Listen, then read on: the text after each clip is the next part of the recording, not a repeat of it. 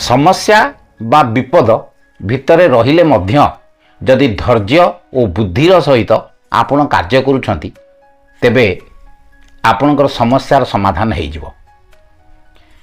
गोटिए पुओ जेल भितर रही किंतु पुलिस आसी तार बापांकर जमी खोली चाष करुछि।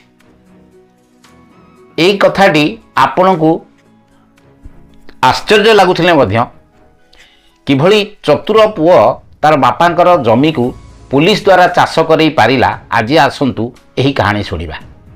नमस्कार, मु श्रीधर चंद्र पंडा जने मोटिवेशनल स्पीकर पुणी थरे आपण मानकु स्वागत जनाउछि मोर YouTube channel digital success point को।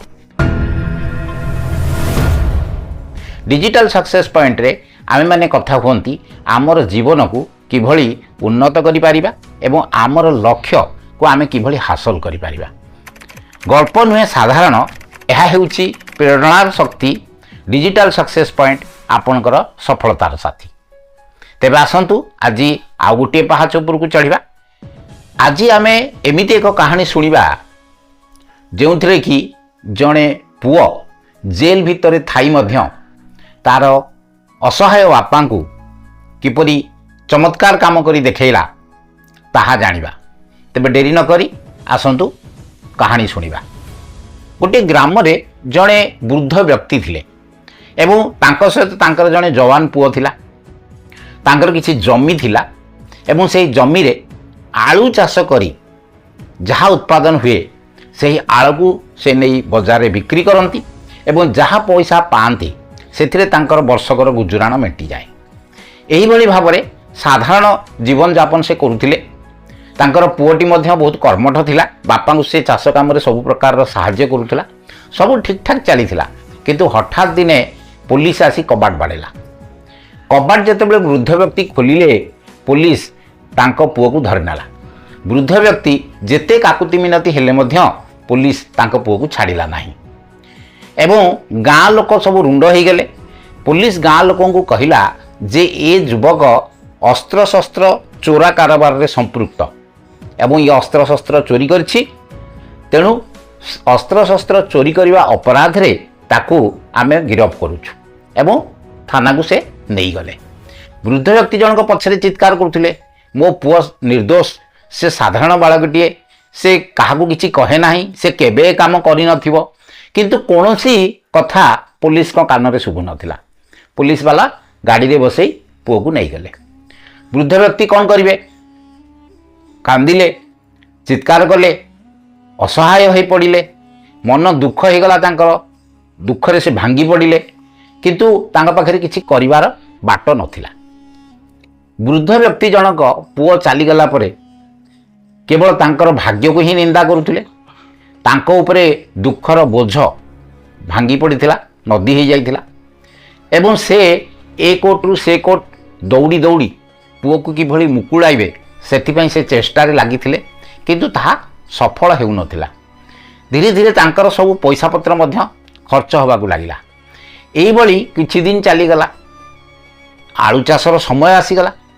जेतेबेले आलू चाषर समय आसीगला वृद्ध बापा जनक भारी चिंतारे पड़गले।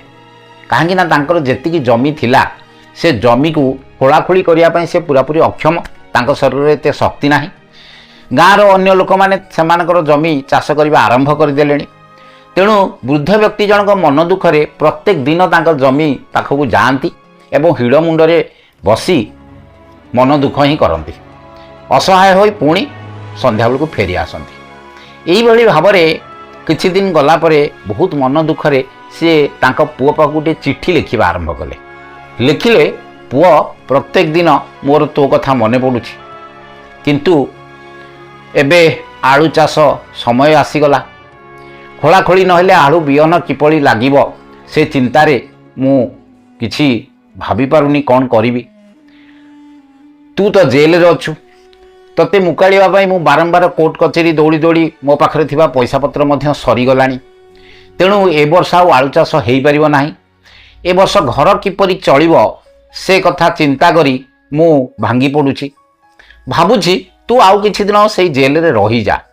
कहीं ना मु एठी तो बुढ़ा मनीष एकुटिया अच्छी जाई ताई चली जाउची किंतु तू जदि घर को फेरबू ताहले तू कौन खाइबू खाइबा पाई मध्य घरे किछि नाही जदि तू जेल रे किछि दिन रहिजिबू मु तो एठी एकुटिया जेमि सेमति चलीजिबी एही भली असहाय निजर असहायता प्रकाश करी से गोटे चिट्ठी लिखिले पुओ पाखकू एवं ता परदिन चिट्ठी पठेई देले जो दिन पुओ चिट्ठी पाइला ता परदिन गोटे टेलीग्राम आसी वृद्ध बापा पाखे पहुँचला टेलीग्राम रे पुओ लिखिथिला जे बापा से जमी आदौ खोलंतु नाही कहीं मु जहाँ अस्त्र शस्त्र सब चोरी करी से जमी रे ही लुचाई देछि वृद्ध व्यक्ति यह पढ़ी आश्चर्य हो गले से भाबुथिले जे तांकर पुओ निर्दोष तांकर पुओ सरल से जने साधारण पिला किंतु टेलीग्राम टी पाई सारा पर तांका मन बहुत दुख हो गला से भाविले जे प्रकृत रे मो पुओ दोषी